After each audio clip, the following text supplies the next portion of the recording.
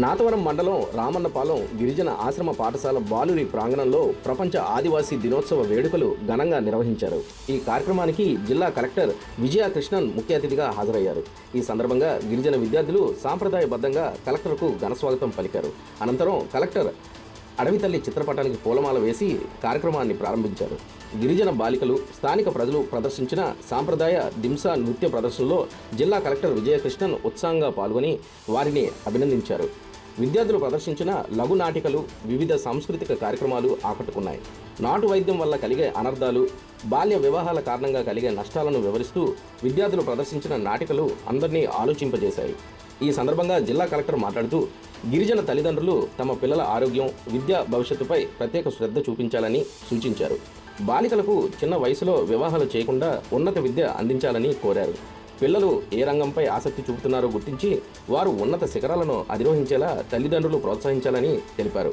తాను కూడా సివిల్స్ పరీక్షలో 2 సార్లు విఫలమైనప్పటికీ తల్లిదండ్రుల ప్రోత్సాహంతో 3వ విజయం సాధించి ఐఏఎస్లో ఉత్తమ స్థానం సాధించానని కలెక్టర్ గుర్తు చేశారు.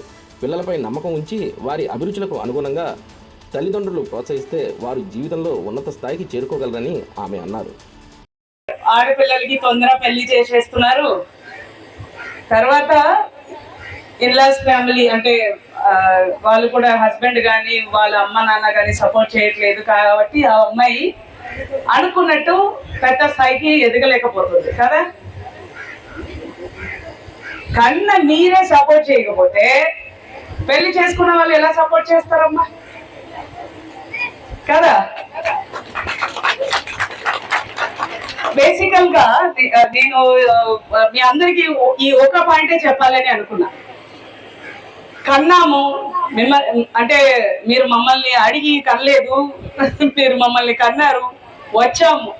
పుట్టిన ప్రతి ఒక్కరికి ఏదో ఒకటి అవ్వాలని తపన ఉంటుంది. కొంతమందికి డాక్టర్ అవ్వాలని, టీచర్ అవ్వాలని, ఐఏఎస్ అవ్వాలని, పోలీస్ ఆఫీసర్ అవ్వాలని, పెద్ద పెద్ద ఎమ్మెల్యేస్, మినిస్టర్స్ అలా అవ్వాలని కూడా అనుకుంటారు పిల్లలు. వాళ్ళకి మీరు ఎంత సహాయం ఇవ్వగలుగుతారో ఇవ్వండి. ప్రభుత్వ సైడ్ నుంచి స్కూల్ కడుతున్నారు, ఎడ్యుకేషన్ పరంగా ఎలాంటి ప్రాబ్లం రాకుండా చూసుకుంటాము. అలాగే హెల్త్ సంబంధించిన ఇష్యూస్ కూడా చూసుకుంటున్నాము.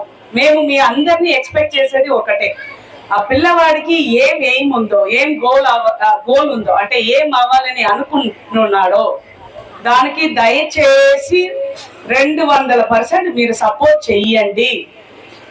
నన్ను కన్నా అమ్మా నాన్న నన్ను సపోర్ట్ చేయకపోతే నేను ఇక్కడ వచ్చి మీ అందరితో ఇలా మాట్లాడడానికి అవకాశం ఉంటుందా?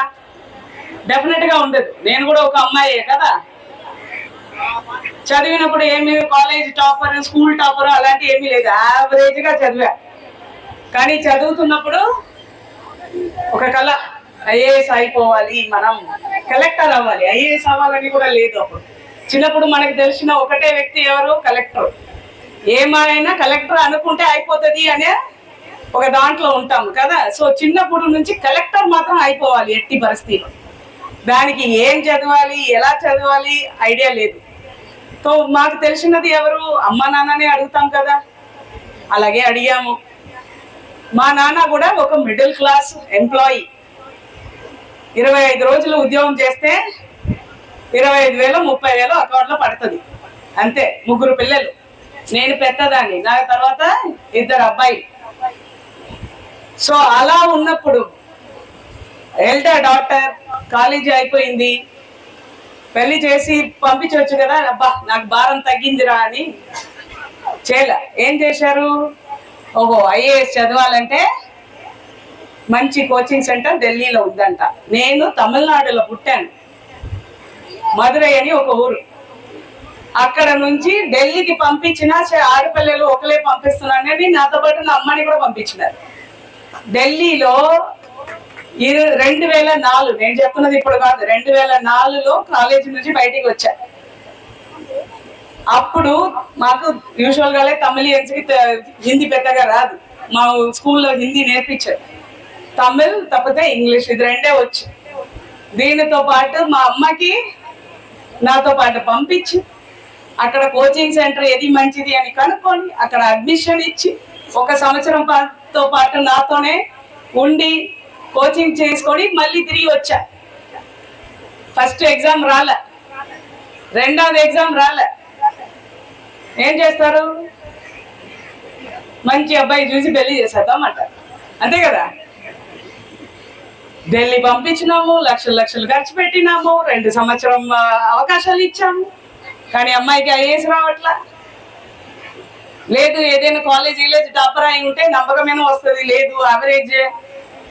కానీ నాన్న కానీ అమ్మ కానీ ఎప్పుడు కూడా నా మీద ఉన్న నమ్మకం వదలలేదు. అమ్మాయికి నమ్మకం ఉంది కదా, అమ్మాయికి ఉన్నప్పుడు అమ్మాయి మీద మనకు నమ్మకం ఉండాలి అని అనుకున్నారు కాబట్టి